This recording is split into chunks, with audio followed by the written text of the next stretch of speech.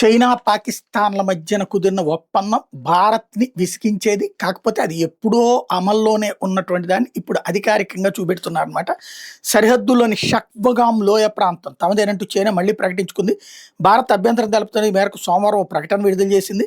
లోయలో నిర్మాణంలో ఉన్న ప్రాజెక్టుల పట్ల అభ్యంతరాలకు తావు లేకుండా నిర్మిస్తున్నామని చెప్పింది.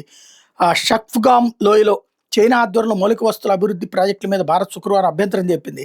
భారతదేశ ప్రాదేశిక సమగ్రతకు, ప్రయోజనాలకు భంగం కలిగిన పక్షంలో తగు చర్యలు తీసుకునే హక్కు మాకుందని స్పష్టం చేసింది. పాకిస్తాన్ ఆక్రమించుకున్న జమ్మూ కాశ్మీర్లోని భాగమే షక్స్ లోయ. సుమారు 5,180 చదరపు కిలోమీటర్ల విస్తీర్ణం ఉన్న ఈ లోయని పాక్ ప్రభుత్వం 1963లో చైనాకు అప్పగించి సరిహద్దు ఒప్పందం కుదుర్చుకుంది. షక్స్గామ్ లోయని భారత్లో ఉంది. 1963లో చైనా, పాకిస్తాన్ కుదుర్చుకున్న సరిహద్దు ఒప్పందాన్ని మేము ఎప్పుడూ గుర్తించలేదు. ఈ ఒప్పందం చట్టవిరుద్ధం, చెల్లుబాటు కాదని పలుమార్లు తెలిపామంటూ విదేశాంగ శాఖ ప్రతినిధి రణబీర్ జైస్వాల్ గుర్తు చేశారు. అదేవిధంగా బలవంతంగా ఆక్రమించుకున్న భారత భూభాగం మీదుగా వెళ్లే చైనా, పాకిస్తాన్ ఎకనామిక్ కారిడార్ సిపెక్ను కూడా భారత్ గుర్తించడం లేదని గుర్తు చేశారు.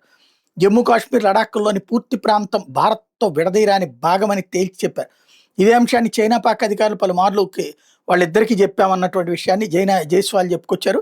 జైస్వాల్ ప్రకటన మీద చైనా విదేశాంగ శాఖ ప్రతినిధి మావోనింగ్ సోమవారం మీడియా సమక్షంలో స్పందించారు. భారత్ పేర్కొన్న భూభాగం చైనాదన్నారు.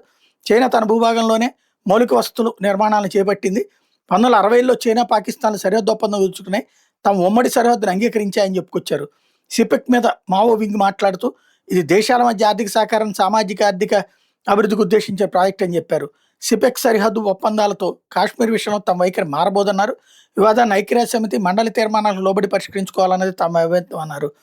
మరోవైపు కాశ్మీర్ వివాదం పరిష్కారం అయ్యాక అధికారిక ఒప్పందం మీద సంతకాలు చేద్దామంటే 1963 నాటి ఒప్పందంలో చైనా, పాక్లు పేర్కొనడం అన్నటువంటిది ఇక్కడ కీ పాయింట్ అన్నమాట.